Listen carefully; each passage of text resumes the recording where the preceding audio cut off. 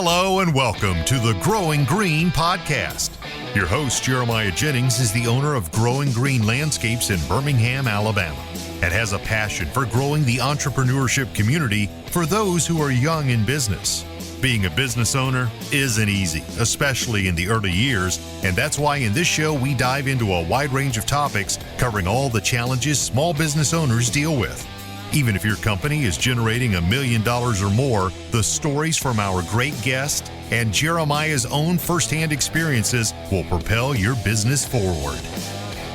And now, here's your host, Jeremiah Jennings. I was their fertilizer guy. So 2 years I was in a box truck, and we did everything there with box truck. Yeah. But we also had Isuzus, or however you say it. Yeah. Those were good for like smaller residential properties and like, cul-de-sacs and stuff like that. You don't got to like have a trailer in there and all that. But right now we just got truck and trailer. So I'm open to the conversation. Yeah, I just like the idea of it because like we do a lot of work in like inner city Columbus. So like having everything inside and like concealed and not out in the open is kind of like another reason I look into it too. And then also like you can get like smaller box trucks. Like I'd be interested in like a 14-foot one, like just a tinier one.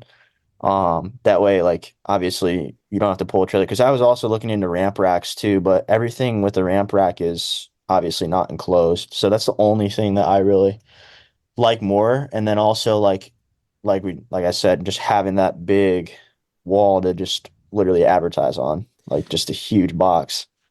There's a ton of value in the box truck. Also for theft, the safety purpose. I mean, I don't know how worried y'all are where you're at, if that's even a thing, but I mean, it's much more. It's a huge deterrent for people climbing up in there, because like I got a dovetail on mine. I don't even have a door, but I have a dovetail. So like, if the ramp's up, you got to climb up in there, get it out, and then get back down. Like it's a much more in-depth process than just walking up in an enclosed or snatching off the back of a ramp rack or an open trailer or something. So I have no concern. Like we still keep an eye on and things, but I don't lock anything up. All my stuff just sits in there, and I keep an eye on it. I don't ever park it where I can't see it for the most part. But I've never had any theft issues with having it, and I feel much more comfortable with everything being in there. Yeah. So yeah. That's my thing on it. Kyle, you said, so we're already in the show. We're just going to rock and roll with where we are. We're talking box truck versus trailer setups, and we have Lucas Blumling, Brendan Bills, and Kyle. Is it okay? I'm going to see if I can say this right. Is it Christofferson?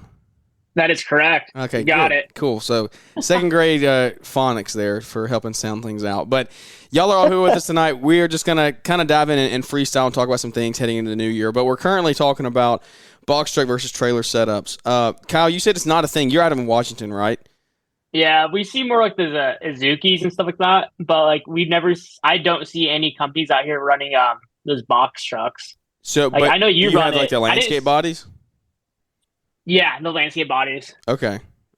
So I see my thing with the landscape bodies is like, if you have an open trailer, I see the value in a landscape body. Like I see it, because you can do, it's so versatile. You can put a piece of equipment on it. You can put mulch on it. If they have fold down sides, like you can do all that. My thing is like, if I'm going to, like I have an open trailer to do that stuff. If I am going to have some type of cab over like that, I want to have a box on it, because it eliminates the need for unloading, getting it out of the weather. It's like we already talked about safety. It's already all inside. Like my stuff, and you don't think about this, but like the paint on my mowers looks like it's brand new, because it's not sun faded. Like it's out in the sun when we mow, and it's back in the truck. It doesn't sit out there all afternoon when we get home at 5 o'clock from 5 to 8 p.m. every day during the summer. There's a lot of different things that go into it. I love it. I mean, Lucas, what are your thoughts? Do you think you'll ever transition there? I got you, Kyle. Logistically, it makes sense, right? I mean, yeah. You're taking away 4 other tires from a trailer. You're taking away the maintenance. You're taking away all that stuff. But right now, we just got an enclosed trailer for mowing. That serves as our billboard, yeah. As you can say. And we have a dump trailer for landscaping. that has some cool graphics and stuff. So aesthetically, I see what you're saying. Kyle saying that about like the billboard I think earlier? that was Brendan talking about the billboard. Oh, But Brendan. you got that on your enclosed, so I see the Right. similarities. I mean, it makes sense. I just haven't really looked into it and haven't really thought of it until now. So, I mean, I'm open for discussion though. I like it. Kyle, what you got? So one thing I've noticed is I think you guys don't bag grass clippings where you guys are at. Yeah, that's 100% true. I don't. So we bag. So Mhm. for that reason, that setup doesn't make sense for us. Okay. Yeah, So that's like valid. what I do is like I use my dump trailer and I just put the mower back there, then just dump the grass clippings in the back of that thing, and then Mhm. dump at the end. That's Yeah, cool. smart. So Yeah, that would be a lot more harder to work with if you had to bag them, because then obviously with it being enclosed, that's just literally pointless at that point. But do you, yeah, do you I have think- to put the ramps on the dump trailer? Sorry, Brennan. Do No, you have to you're like load and unload the ramps every time to put them over? Like, Oh yeah, yeah. now that would suck. Oh, I've, It I've sucks. I've mowed with it one day, putting the mower in the dump trailer, and by the end of the day, I was like, I'm not doing this again. Yeah, Yeah. it sucks, but hey, it got me through my first 2 seasons. So, I mean, I totally get it. I mean, if you're bagging, it makes 100% sense. I would, if I kept doing it though, I would be looking in. I've seen these like new aluminum ones that are crazy weight rated. I'd be looking at some of those like as soon as I could. I was think thinking like a dumper dog as well. Have you seen those? yeah, They're Yeah, like an insert for your truck. yeah. I think they make ones now that have like almost a regular like gate too, where it's like on a the bit. dump. There's like I think they make high-sided ones that basically the back wall, which would be like your doors, Mhm. just come down instead of having to pull out the ramps from the bottom. Ah, I see that. But I don't know, because obviously then you're working with whatever the high-sided ones are, 4 foot tall or whatever of Yeah. What are aluminum. are either of y'all bagging anything? No. I don't I really mean, bag much. There's some clients that we push mow that certain days we'll bag if needed, but no, we're just charging everything out the side. What are you, Kyle? What mower are you running to bag stuff? Skag V Ride 2 and a X Mark Laser Z. Okay. Or do you think you'll ever get like a Navigator or a Walker? So I've learned up here in Washington State, the Skag with the bagging system doesn't do as well as the X Mark. So I'm probably going to switch all to X Mark in the next couple of years. Mhm. I haven't thought much about the Navigator. I kind of like the lasers, but I'm kind of like interested in this new Vertex coming out. Yeah. Yeah. I'll be interested to see. Do you get pretty good access to equipment out there? Are you behind at all, or do you get it when everybody else gets it for the most part? I mean, for the most part, I mean, I'm going to travel a bit further for my X Mark dealer, Yeah. but I can probably get it pretty quickly. I feel like I'm Okay. actually probably going to go up to them probably here later this week and talk to them about seeing what they got for next year. That's Yeah, I was awesome. gonna say, if you're bagging, Walker would be awesome if you guys have a dealer around you. Mhm. I love how they do they have like the bagging system that literally just swings up and you could literally just back up to a truck and dump it. Yeah. You don't even have to do anything. It's just all It would part of the fit your mod. dump trailer model perfect. Yeah, yeah. It would. Yeah. Or like if you had the dumper dog in the back of your truck, then you just dumped in that would be Ooh, Yeah. Game That's, change. that's yeah. Hey, I mean, there you go. The thing is you got to think about these things. Like these are the kind of conversations that you have to have. Like it might not sound crazy change, but you're saving like minutes turn into hours, turn into days by the time the season is over. Like every time you're loading and unloading those ramps, I mean that is valid. I mean that's a totally valid point. and just the unloading that bagger, dumping that Yeah. bagger. Like if you really are having to bag like thick grass, I'm sure you fill that thing up super quick, and then it's just like constantly going back to the trailer to dump that. Whereas like that's the one thing with Walker, if I had to bag anything, which we Mhm. don't around here, so there's not even like a Walker dealer around here. But like if I did have to bag anything, that would be my first like go-to, because then you don't even have to get off the mower to dump anything. we do have a Walker dealer near us, but I think Walkers are what 18 grand right now. Yeah. Yeah, they're Yeah. high. They're crazy expensive. They are high. But what are you going to pay for a Vertex? 14? 14 plus the bagger from probably about 17. So it might be rather in the same price. Yeah, I mean that is something serious to consider. Like, guys, if you're out there and you are bagging, like this isn't backed by Walker or Exmark Navigator at all. Like, this is just real. Like, you got to take into consideration here. I know guys here that bag some stuff. There are some people that bag here, and everybody I know that does bag, they all use Walker or a Navigator, Exmark's version of a Walker, and so.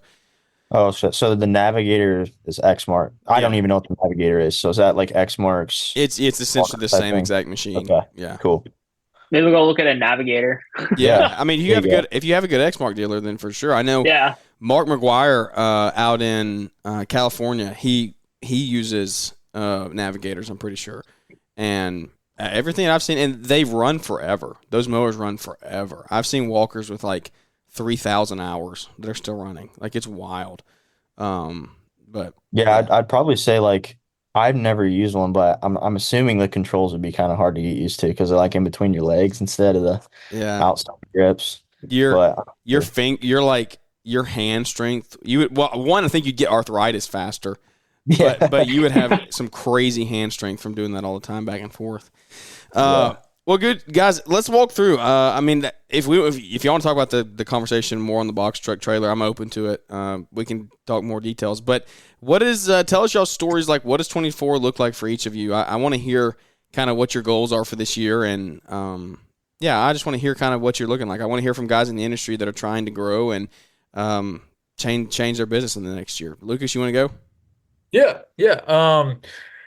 2024. The word is growth. So we're just going to do, more of what we've already been doing. We're not really going to purchase. So 2023, we purchased a dump trailer. We got an F-250 with a dump trailer. And it was just me and another guy. And then we had some help. We had some landscape help. But this year, our goal is to, as far as labor, we're running 2 crews, 1 mow crew, 1 landscape crew, and we're just trying to, profit as much as possible, pay off some debt, as far as trucks and one of our mowers. And as far as marketing, staying ahead of the curve, I feel like in the years past, you hear it every time is, postcard mania campaign or strategies with postcards or Facebook ads. And, we haven't really been good at, having the landscape jobs and ahead of schedule, right? So it's like it's leaf season, and we're looking for leaves, clients and all that stuff. So prunings and fall cleanup. So we would just want to be, a little bit more prepped before the season actually starts going forward. That's our big 2024 goal. And I mean, we've been growing, 60K every year. So we have good growth as far as top line revenue. We're growing. We're going to add 2 more guys to the team, 2 more full-time guys. And I feel like it was, the phrase for the lawn industry, it was know your numbers for 2 years. And now it's like, work on your business, not in your business. And that's kind of what I'm trying to instill into the guys, and trying to get myself out of the labor, full time, but got to do what you got to do, and then it'll finally get there. So. And how many years have you been in business? This is going to be our 4th year. It's awesome. That's crazy. I like that I'm not the only one. I'm glad I'm not the only one that has seen that shift. Like, the whole know your numbers thing was so big, and it's still big. Like, you need to know your numbers. You have to know your numbers. But now it is kind of, I see the trend of work on versus in, and fix that side, which is good. Like, it goes hand in hand with knowing your numbers, because those are all things, like, you can't work on the business until you figured out numbers to be able to do that. Like, so you don't have to be out producing, you can put people in place. I mean, it's the community of the green industry that's basically shifts everything. That's why I love this industry so much. It's you go to Equip, you go to LAL, you get on coaching calls, you listen to podcasts, and you constantly hear the same thing over and over and over again, and everyone's pushing each other and motivating each other. And there's a bunch of key guys in the industry, including yourself, Brian Fullerton and whatnot, but that are constantly being the leaders and setting the example for everybody else. And that's why there's so many guys succeeding. That's why it's such a good industry to be in, that That's why everyone says it. It's like work on your business. Now everyone's saying it. Work on your business, work instead of in your business. So yeah, it's great. It's a community like I've never seen. When I say that, I'm like being totally like I don't know of any other trade or any other area out there that like wants genuinely everyone wants to see other people succeed. The only one that I would say is even close is like maybe realtors, but there's so many of them. Like I feel like that even gets competitive. But I mean, I feel like there's a lot of real estate resource and things, big community out there for that. But I love everything that's going on here and how this community has grown. Kyle, what's your goal? What's your plan this year, dude? So since I was on your show last year, I grew about $90,000 in revenue. Holy cow! So from year one to year two. This year I just want to continue to focus on growing. I found my main guy. My main guy now is awesome. He's gonna be running one of my trucks. I'm gonna hire another guy to go with him, and I'm not just hiring anyone, but I want to hire people who want more in their lives. You know what I mean? Like they want to not just be a laborer; they want to be a foreman, step up and step up. So that's right now kind of what I'm trying to work for. I'm actually going to do some marketing this year. I haven't marketed since my first year in business. So we're probably going to do a campaign with Postcard Mania possibly. That's awesome, dude. And so you finished year 2, you're going into year 3? Yeah. Awesome. I think that's cool. All right. I want to hear from Brennan, and then I want to see what your answer is to this and then see where the conversation goes next because I'm interested to hear this. Yeah, so all right, so last year was our first year in business as an LLC. I've been doing it a little bit under the table, kind of shenanigans for the past couple of years. It's been like 4 years now. But we did 50,000 in top line revenue 2 years ago, so that was under the table, which after that I was like, all right, time to legitimize, yeah. Time to start paying some taxes on this. So this past year we did 192 in top line. We were 8 short, which was kind of disappointing of 200,000. But yeah, no, we're just gonna continue growing this year and adding another full-time crew. So we're kind of all in the same boat, it seemed like, all of us, Kyle, Lucas. Yeah.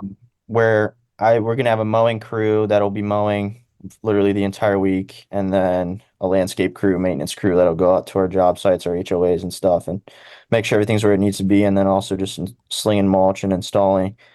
But yeah, kind of the same thing you guys said, trying to find the right people to put in the right positions, and then also providing them with opportunity for future growth. And luckily, I'm kind of young, so I got a lot of younger guys around me that like the idea of that and like hearing that, and like to know that they're not going to be in like a dead end job. But so that's been pretty nice, and as far as getting people. But then also I brought on a partner. We're kind of still working out the kinks in that, but he is kind of the finance side of things. So he's really good at finances, and really good at job costing and forecasting. So we have our whole year forecasted out, and like our marketing budgets, our payroll budgets, what we need to be making per hour to justify all of our equipment, and just kind of the whole know your number shenanigans, which is super big for us because last year we did know our numbers. It was kind of your average person who says they know their numbers, but they don't really know. Like they know roughly what they need to be doing. And luckily my rough mark was pretty spot on, which was surprising. But so I got kind of lucky with that one. But yeah, kind of just brought him on as a partner to kind of help just push the needle even further, because I don't really like messing with finances too much, and having a guy who's really good at that is crucial, I think. So yeah, 100%. Keep growing, and we're hoping to do double what we did last year, so we'll see. How many guys did you have, or how many guys did you plan to have this year?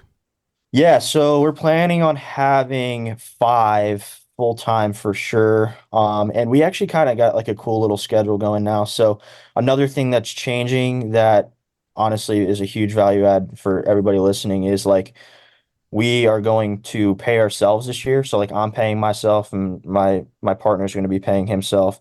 So anytime that we're working in the field, we're making the hourly wage that the person that would be taking our job would make. Yep. So that when we go to replace ourselves, we're not having to come up with unaccounted revenue or unaccounted money in our forecasting. So it's all going to be there already. And then we also put ourselves on salary for the year, just a nominal salary just to handle the back end work that we do. But yeah, so we'll have 5 guys working 40-hour weeks through the whole week, 9 months. And then me and my partner will switch. So we're kind of the project managers. So we'll go and do all the projects and stuff. But we'll switch every other week. So he'll go out in the field one week, I'll be out in the field the next, and we'll switch back and forth. And then he'll do his tasks, like his office tasks a week he's not in the field, and I'll do mine the week I'm not. So that's kind of what our weekly structure looks like and the workforce we're working with. So That's cool. I've never heard a model go like that, but I think that's interesting. That's pretty yeah, cool. it should be. We'll see. It's all it's all a theory, but hopefully in theory it sounds good, but we'll see how it works out. So Yeah, I think what you're saying there, you pay yourself what it costs to do that job, to replace yourself. I think that's awesome. You got to do that from as soon as you can, and that way it makes it a lot easier when you are able to get yourself out of the field. You can replace yourself without taking on some crazy extra added payroll costs. So no one asked me of my what I'm doing, but I'll go ahead and tell you in a short version. Jeremiah, what's the goal? That's right. In a short version, we're kind of the same path here. We want to grow. We want to scale a little bit, and we want to work on the business as opposed to in the business. And so there's going to be a lot that comes with that. But I want to circle this question back to y'all now. Like, you all 3 gave a similar answer. We're all 4 really in kind of a similar situation, the same boat. But I want to know why. Why do you want to grow? Because this is a conversation that I've heard a lot as well. Is like, people say they want to grow, but they can't tell you why. They can't tell you what the reason is behind it. They just say, I want more money, or I just want to grow, and I want to have a bigger company. And I think that's a scary road to walk down. And so hopefully if someone's listening to this and they say, yeah, I want to grow too, but you know what, I actually don't know why, then I want y'all to share your whys of why you do want to grow this year and what the plan is. So hopefully someone out there maybe in this situation can say, okay, we need to get this figured out, and maybe you could inspire them through your whys. So we want to go through the same order, just start back with Lucas and then work our way down. sounds good. Yeah. Let me think about that. Put you on the spot. It's I kind of have a loaded answer. Unload it. You're good. I'll keep it short. So I'm religious, I'm Christian. I went through this like men's thing where like you go through like this 6 to 8 week course where you discover your God-given purpose. And it turns out that, you answer all these questions and it relays what your purpose is. And my answer was achieve high success in entrepreneurship and to give at the highest level. I am a giver. I love to provide. I love to, put people in place to succeed. I love seeing other people succeed. I love seeing other people, achieve what their goals and what they want. And that's what I feel like my purpose is just to create not a massive business, not a perfect cut business, but I want maybe 3 or 4 crew business where, they love their job and they succeed and they can, have a career and earn very good money and, be proud to work at Bloming Lawn Care. And that's my goal, is just to, have a profitable company and, give extra money here and there and just provide a good work environment. And that's my answer. I know it's kind of loaded, but that's what I feel like my purpose is. So Awesome.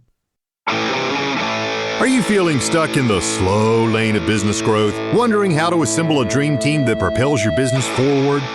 Or perhaps putting in the hustle but not seeing the financial results that you crave? We get it. But guess what? We've got the game-changing event you've been waiting for. Get ready for the LCR Summit, your ultimate experience to get answers and take action. Join industry titans Keith Kalfas, John Pajak, Marvin Salcido, Paul Jameson, Mr. Producer, and Jeremy Vest in dynamic workshops on marketing, team building, and company culture. Budgets, break-evens, and bottom lines, podcasting, and YouTube content creation designed to kick your business into high gear. Picture this: 2 days of hands-on interactive sessions in the heart of Atlanta, Georgia at the Creators Clubhouse on January 19th and 20th. Limited seats ensure an engaging experience, so you're not just attending, you're participating, collaborating, and transforming. Oh, and did we mention a special bonus? Brace yourselves for Jonathan Potoshnik, the lawn care millionaire, delivering a keynote that's worth the price of admission alone. LCR Summit event host Naylor Taliaferro says, "I wish this event existed when I started my business. It's a unique opportunity to connect with industry leaders and invest in the future growth of your business." Click the link in the episode description or head straight to lcrsummit.com to snag your seat before they sell out. And by the way, tickets are fully refundable because, hey, we get it, business emergencies happen, and when there's snow, you gotta go. So invest in your future, worry-free. Here's to the clear skies and bright future of your business. We'll see you January 19th through the 20th at the LCR Summit, lcrsummit.com. I like it. Kyle? I'm just getting started. So that's the main thing. I want to continue to grow until I hit my mental capacity. Like till I get to the point where I'm like, okay, this isn't working anymore. I need to hire, more people where I can focus on selling jobs and stuff like that. But I just want to continue to grow because it's going to sound bad, hopefully not, but there's so many companies in this area that, don't do a good quality job. And I'm just waiting for those companies to, kind of just go away and pick up their clientele. When I first got started, I was new on the block, and I always had the approach of transparency. Everyone I talk to, every new customer, I'm completely honest and upfront with them, like throughout the whole process of the cleanup. I communicate with them throughout the whole season and just make sure everything's happy. And I feel like that's the one thing this industry lacks most is communication. We have a lot of people who just, show up when they want and do the job, and customers, or not even show up at all. I just think if we continue to grow and show that we're going to be transparent along the way, I don't see a reason why I should stop growing just yet. I like it. Are you single right now? Dating, married? So I've been in a relationship for 3 years. Okay. Cool. So y'all on the same page with the growth? Yeah, I mean, there was talks of me possibly acquiring our company in this in my what do you call it? My service area. Yeah. But she was totally cool with it if I wanted to do that. I want to start my own family too, but she was like, she got to me 100%. So she supports me in my journey. I haven't done anything yet to feel like I'm going the wrong path or anything. I'm just trying to stay motivated and positive and, show other people as well as they get along this journey that anything's possible if you just stay on the right path. It's good. Brendan? Yeah, so I think Lucas hit it right on the head, dude. Like I couldn't have said it any better. I told y'all remind me of each other. I swear, it's crazy. That was exactly what I was gonna say, man. Like me as well. I feel like I want to see people succeed, and that's one thing why I like listening, like your podcast with Corey Ballard. I love listening to Corey just because he kind of is the same way. Yeah. And you can tell he's like kind of passionate about that, and hearing him like have the stories of like it's people buying houses and all that stuff is just awesome. And I don't think there's anything that would be more rewarding than seeing someone reap like the stuff or the outcome that you saw or that you forecasted for them, like what you visioned they could achieve, and they did it. I think that is like the one thing that keeps me going, and not necessarily that I want to have like a perfect cut size company like what Lucas was saying, but just something that's like lean and mean, and like my guys can make what they want to make, and we can afford to pay them that, and they can do what they want to do with their money, and it's not just like Joe Schmo paying you $16 an hour, like there's got to be I want to have skin in the game for these guys and be able to really provide for them. So Yeah. I think, yeah, Lucas, I mean, I can't top what Lucas said. That's perfect. So, That's good. yeah, That's good. I like that. I think those are good answers. I think that you all three have thought that through. I've thought that through the last 6 months of just like where we want to go, what we want to do, and it's along the same lines. Like there are a few things on the planet more, and this is not me trying to like be anything. This is genuinely me. You could ask anybody around me that knows me, and they would back me up. I would hope. There's few things on the planet that just like put me at peace more than like giving to people. And it's just, and I think that is a common trait of an entrepreneur who is trying to build something for others and not just themselves. And that's what a lot of this community is. That's why it does so well. And that's why the bad apples that are in it, they put themselves out there, everyone figures out who they are, and they move on because it's easy to figure it out. And so the ones that are truly trying to give and help others, they all shine their light pretty bright. And there are few things that make me happier than just being able to give. Like that, like my all-time dream. Like it's not like, would I like to have a private jet and a house and a mansion and all this? Like that's cool. But if I could like change someone's life by being able to give them a gift of whatever it may be, a house or a paying off a debt that they would never be able to pay off in their lifetime, like some crazy stuff like that. Like that is what almost gets me up out of the bed every day, like being able to give back like that one day. So me and Savannah were working on our dream board, our vision board for the next year and just like years down the road. And that's what we were sitting there talking. Like, I want to have a lot of things on there for us. We want to build a shop. We want to hopefully close on land this month. And like, those are all big things, but I put on there like a verse out of the Bible just about giving. And I haven't figured out which one I'll put on there yet, but we're going to put one on there. And it's just, and I'm not going to say anything. I'm not going to hold myself or like limit myself to whatever that gift is. It's just strictly going to be a verse about giving. And when the time comes, when we feel like we're there, we're going to evaluate our options, see how can we make the biggest impact and the biggest gift. And I think that is something that a lot of guys should look at, is like, don't limit yourself on what you can do. It's kind of like what you said, like push yourself until you can't go anymore. And then when you get to that point, you start delegating, you start putting people in place, and don't drive yourself to burnout. That's not what I'm saying, but take on as much as you can, and then delegate and grow. And then at that point, you build a team around you, and you just continue to be able to give it at a higher level. So, yeah, I have a story that kind of goes. Oh, what were you saying? No, go ahead. You're good. I have a quick story that goes with that. Good. So I was talking to my wife, Riley. This was like 6-7 months ago.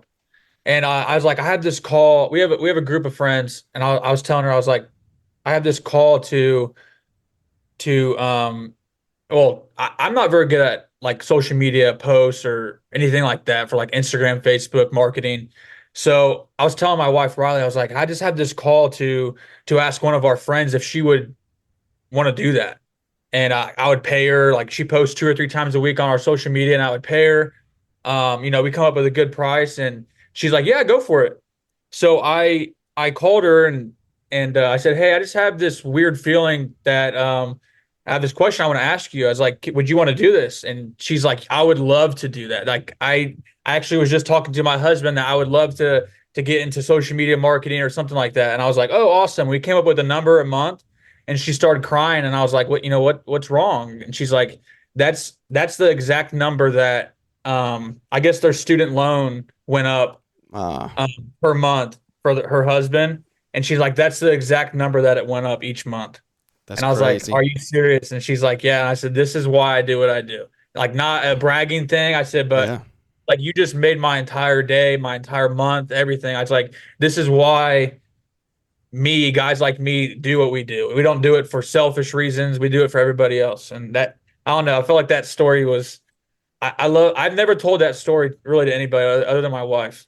Yeah. That's awesome. That's fitting. That's very fitting. I mean, and it's, the proof is in the pudding. Like it is. That is just the raw truth right there. That's the inside of like what your heart desires, and that's gonna show. Like, it's gonna show. Money is only gonna show who you really are. The more you make of it, the more of that person is gonna come out, and the more it succeeds. humility too. Like you having the humility to be able to like say like, look, I'm not that good at this, so I'm gonna find someone that's good at this, and be able to have her enjoy what she's doing while Yeah. the plate off of or A win-win. It's a win-win. yeah, exactly. And then kind of going off of what Kyle was saying, like just transparency, like how he was saying he tries to be transparent with his customers and stuff. I think part of that goes with what you're saying, Lucas, like just being a human and having the humility to um be transparent with like your guys around you and say like, hey, like I'm doing this now, but eventually there's going to come a point where this gets so big, I'm going to need your guys' help. So like, I just want you guys to know that there's going to be opportunity for you. And like, I think that's one of the biggest things that will set a lot of people apart, like that keep people around year by year and will keep growing because their people will see growth or upwards growth within the company rather than having to leave and communicating that. And having the humility to be able to communicate that is obviously huge because, like you're saying, you don't like social media, so Yeah. no, like a lot of people don't. But being able to say like, all right, here, I'll pay you this. Let's make it fair for you, and we'll give you a good opportunity. Kyle, you said you found your like main guy this year, right? Yeah, I found him this past year. Yeah. So little advice. I found my guy this past year, right? And he's perfect foreman. You know, he's gonna be great. And next year, I'm hiring a guy for him full time for mowing. We're in the And same boat. right. So and I told him you know, in the off season about a month ago, I was like, hey, you ready for next year? And he's like, yeah. And it kind of gave me like a No, short. no, that's so scary. I was like, what's wrong? He goes, you split up the dream team. Mm.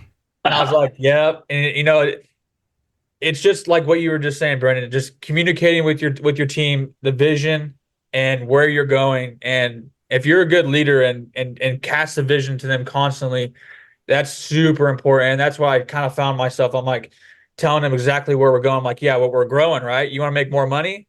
We got to grow. I can't be mowing with you every day. And he knows that. It was kind of like a you know, little joke thing. He knows we're going, but that's something that a lot of guys, you know, when they find their first guy, they're like, oh, we got him, but you can't mow with him every day. And if that's kind of like, were you in the mastermind at LAL, Jeremiah? I was not in there. I was outside. I heard some of it. Yeah, that's what I forget. I think Sam Gamble or maybe Corey was given that as an example about like when they first started and their first foreman was getting all upset because he wasn't mowing with him anymore, and he's like, Yeah. "That's the, you know, if they're not the right guy. They're not the right guy, but you just got to communicate and catch vision." So My main thing is, you know, trusting this person to go out there and to provide the same amount of quality that I've been putting out the last 2 years to these customers. And I trust them completely. You know, Yeah. like it's hard to give someone else your baby basically. And I just have to step back and just trust that he's going to continue to go out there and put on, you know, smile and just mow everyone's yards and do a good job. I think the takeaway from what you're saying there, Lucas, is 100% true because that's kind of, I mean, I'm in a similar situation there of you get out of the field mowing and you put the guy that you've been with for 6 months, a year, however long out there on their own. It's not that you don't trust them, but you got to realize like they have come, you're expecting a lot out of them because you're not going to be there, but you have to equip them with a right second person. Like you find your second, I don't know. So unpopular opinion here. The second person is very, very important. The third person agreed. might be more important. yep, The third person might be more important because if you give them a bad third person, they're just they're not gonna hit production. There's gonna be bad culture from the get go. They're not gonna it's not gonna do what you want it to do. So like you do have to trust. You do have to build trust and nurture a second person to be able to go out there on their own. But if you put them with somebody who's not going to be able to do anything and drag them down, then what's going to happen? So one of the things I'm going to do is this next person that we hire, I'm going to have my main guy right now be there with the interview for they can see if they get along as well. Yep. It starts there. So if they can get along, that's the main thing. So I just want to make sure everyone gets along moving forward before I hire somebody else. that's exactly what we're doing as well. I told him, I said, when we're hiring your guy, I said, I want you there, and I want your opinion to be, very, very, very heavy on it. I was like, what if I get along with them and you can't stand him, Yeah. or he doesn't like you? I'm Agreed. like, Yeah. When you guys do that, are you guys bringing like your whole team with you, or just the guy he's working under? so, to answer that question, I haven't hired the guy, but I've just had conversation with my foreman. Hey, when we start hiring in about a month or two, you're gonna be there with me because I mean, I'm not my foreman's gonna be with that guy 40 hours a week. Yeah, yeah, I may not be I may not know everything about him. I said, what if I like him and you don't? Yeah. Or what if you think that he can't handle it and I think he can? I want your opinion to be known and heard. yeah. So That makes sense. I think that's a great idea too. Like um, I don't see like any like there's no reason not to do that. Like again with transparency, like having him there Yeah. probably makes him feel a lot better. Like he actually cares enough to make sure that I get along with this guy and like And the same, and you got to look at Yeah. it the same way from like the third guy looking at the foreman, who like you got to make sure that he likes him. Like Right. he's not coming to work. You're there for the interview for the legal side, the team, like the vision side, but like he's gotta make sure that he likes the foreman he's gonna be working under. Because Exactly. if he doesn't like him, then he's not gonna perform well. He will bring the company down, and I've said this many times. I've very rarely seen good bring bad up. Bad usually brings good down. And so Yep. when you put a bad apple into there, you could bring your good second person down. I don't know. Unpopular opinion. The third person might be more important than the second. and you also have to think about, I mean, this is obvious, this is a known thing. When you're a owner operator and you out of the labor, it's without discussion that production is going to go down. And that's just 100%. that's supposed to happen. So, and as an owner, you also have to know that while bidding and setting hours. Because my foreman, he goes, well, 2024 mowing, we're not going to do the same amount a day as we were, right? And I was like, no, like I don't expect you guys to, as far as efficiency, get done like we were getting done. I mean, we were just pumping out, 26, 28 lawns a day. I don't expect, a new guy, to just jump on board doing that, right at the get go. Yeah, no, 100%. I totally agree with what you're saying. Because I had the same thing. Like it was like I would go out and do 30 lawns a day and with another guy, and then I would send the crew out and they would do like 20, and I'd be like, okay, like what's going on here?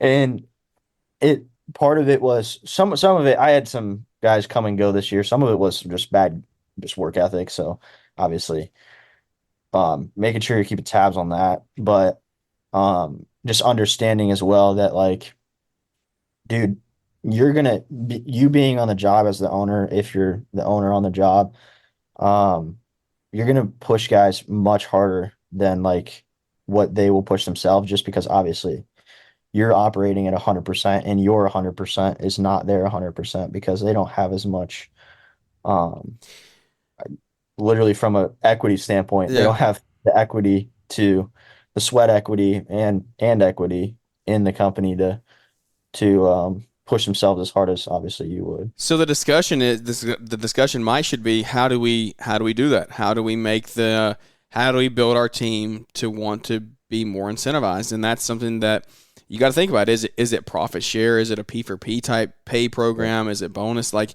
you got to think about that, because is production going to drop? Yes, but you want production to be as close to as good as it was when you were there, if possible. And Yeah. you can't expect someone to get a job done, hit hours or hit less hours than that they got budgeted for the job if they're not going to be incentivized, if they're not going to make any more money because of it. Like it's common math. Yeah, that's facts. Yeah, no, I think P for P is probably the way to go. I mean, that's kind of what we're looking at doing.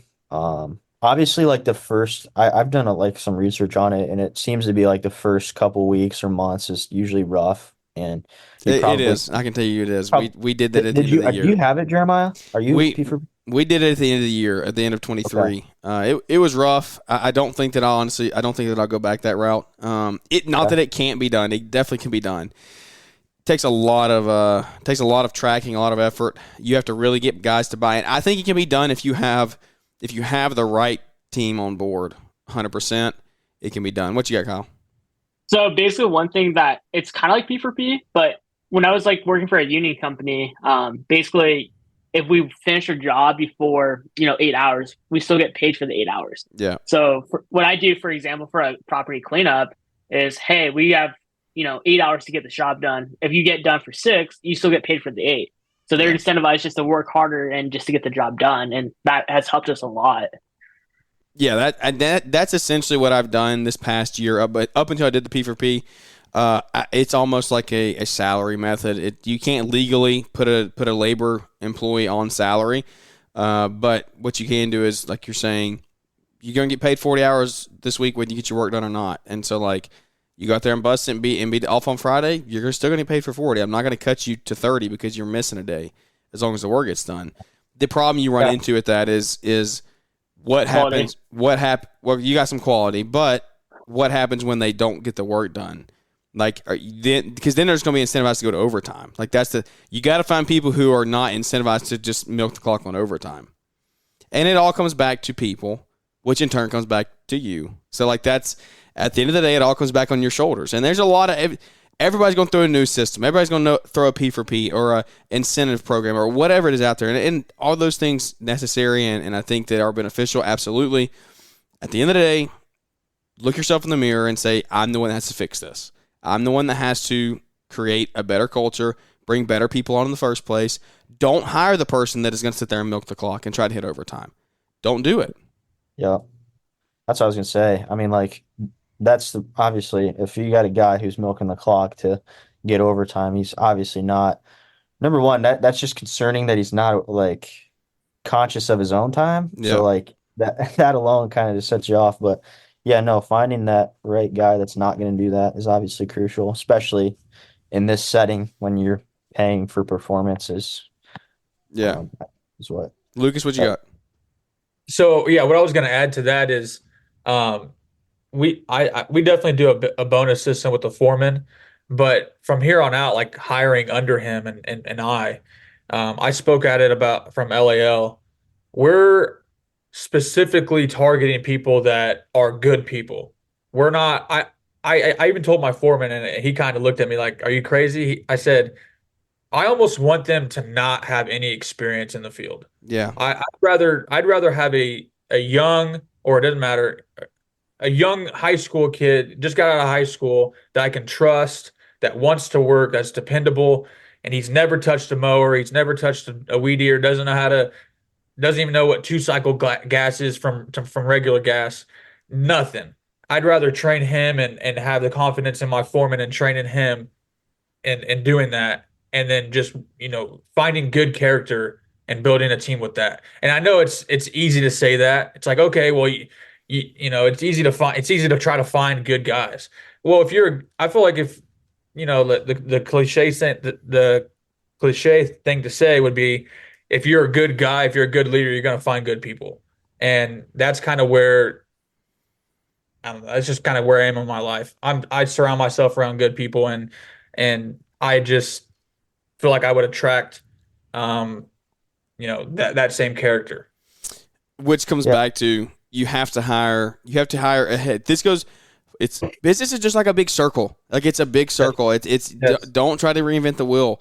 What did you say earlier? You want to not be booking leaf cleanups in November. You want to be booking them in August or September.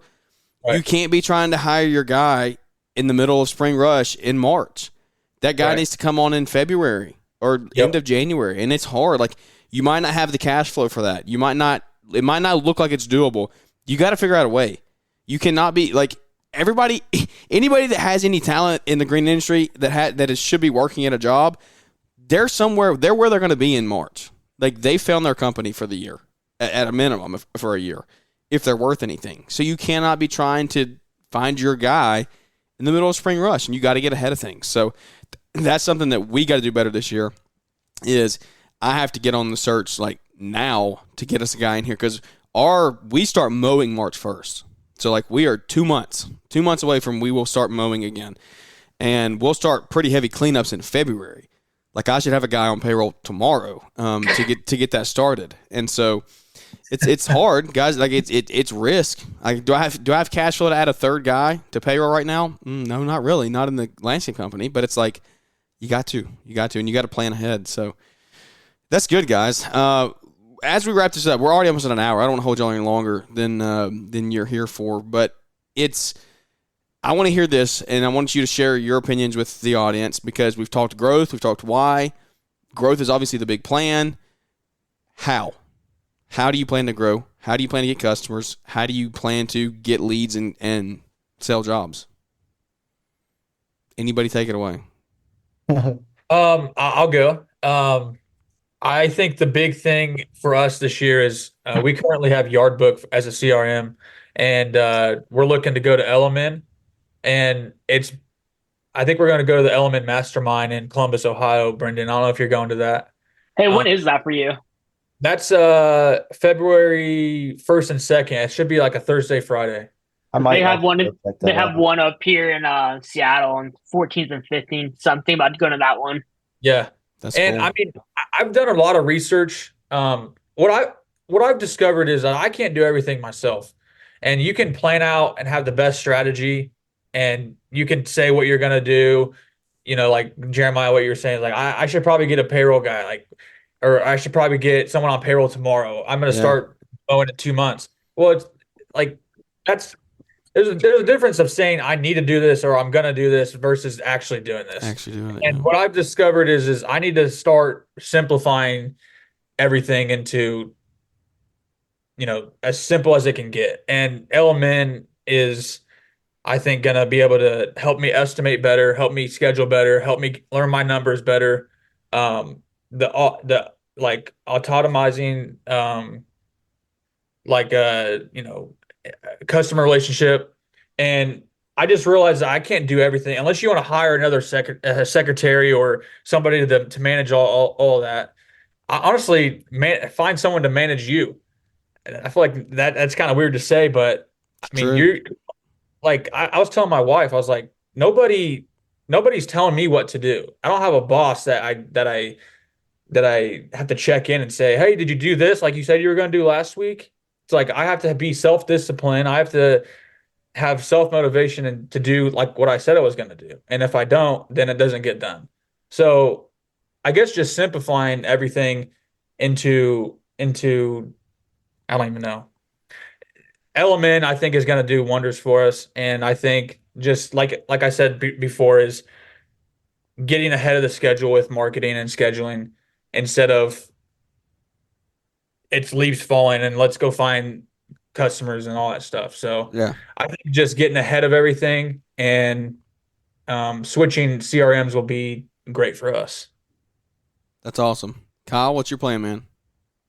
The plan is to continue to do what I've been doing. Right now we sit at 50 plus Google reviews. I'm like one of the top in my area. I get a lot of calls for that. The website, I think you got a website built by Brandon Bull too, don't you? Yeah. So that's been huge as well. I got one done too. Did you? Awesome. Yep. So yeah, I mean, like last year we had like 40 plus leads just from the website one month. But just continue using the tools I've been using to continue to grow. I'm going to do some paid advertisement this year, but besides that, I'm just going to kind of stick with what's been working for me. I love it. Brandon? Yeah, kind of the same type of stuff, marketing. We're going to do sales commissions for our guys. So our guys have the opportunity to go out and sell. We're going to call it, I'm trying to figure out what number I want to go with, but it's going to be I'm thinking right now a mandatory 50. So what that means is a mandatory 50 door knocks. So each of our higher up guys, so like my foremans or managers, they got to go out and knock on 50 doors at least and try to sell. And it puts them in kind of like that awkward sales position where like, you're face to face with the customer. What do you say? How do you do this? It's just a good experience for them. And then also obviously for us as well. just kind of sharpening that skill and getting those sales tactics down and interacting with new clients that way. When it comes to interacting with old clients or reoccurring ones, it's super simple because you already know them and it's not as awkward. But so that's definitely a big thing. And then probably like paid advertising online. We'll do a little bit of Facebook. We're definitely going to need to hit the Google reviews big because we only have like 4 or 5 right now. So Yeah. not proud of that one, but yeah, that's something we definitely need to do. Other than that, kind of just trying to stay lean and mean this year, and just seeing where it takes us. And it's so hard to tell because we grew really quick last year. And if we have the same type of situation this year, like it's just so like that's the thing with like forecasting and stuff. I'm just so bad at it because I just think like, all right, like I can't even. This may last 3 months and we may Yeah. be in a completely different boat.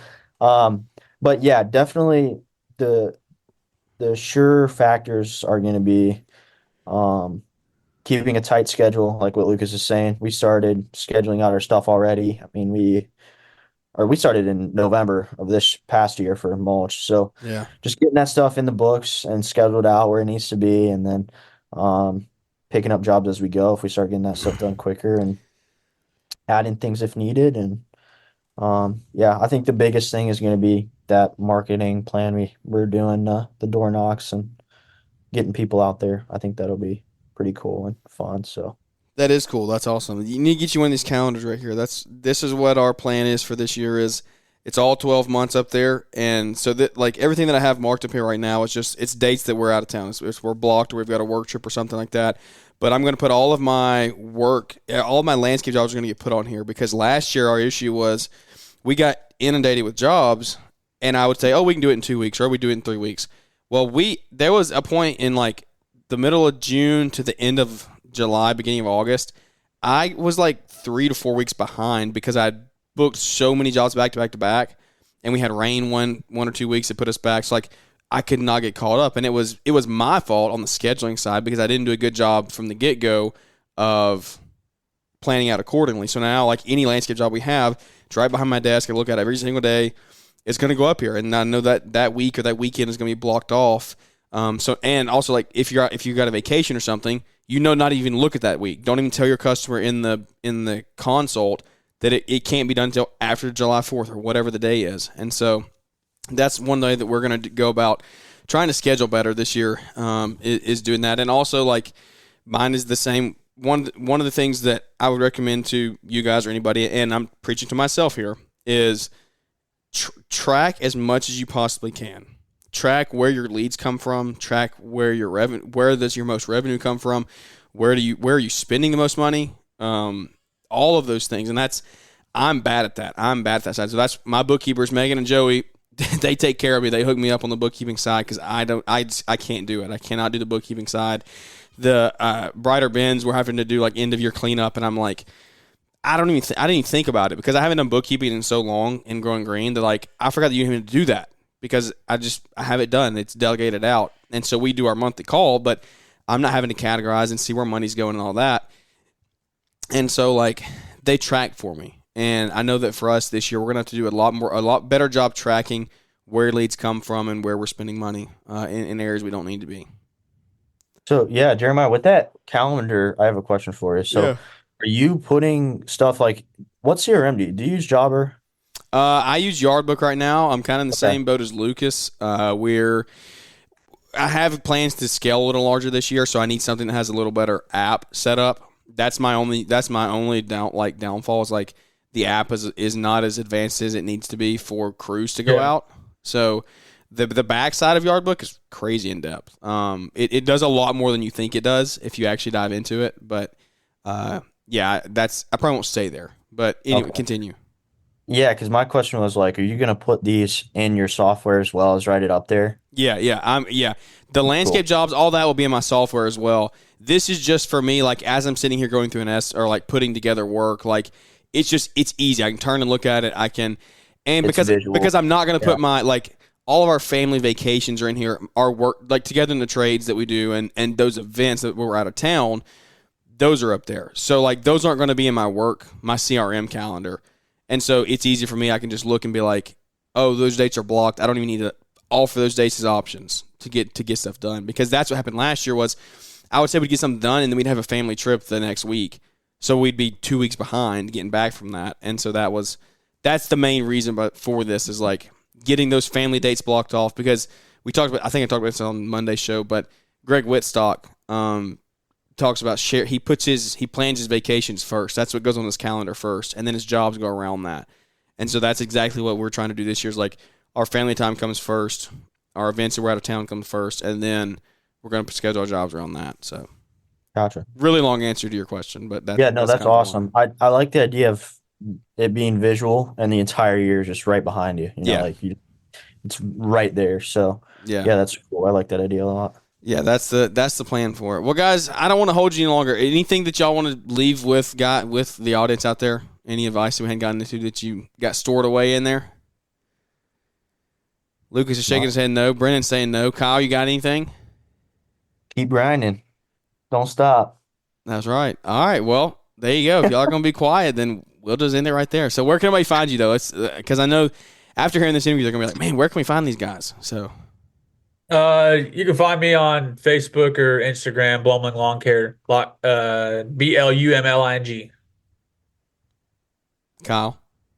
You can find me at Hometown Landscaping Services, LLC on Instagram. Cool. Mine's just Beals Lawn Services. You can search us up on Google, website pop up, Google page. And then Instagram, Facebook, same thing, just Beals Lawn Services.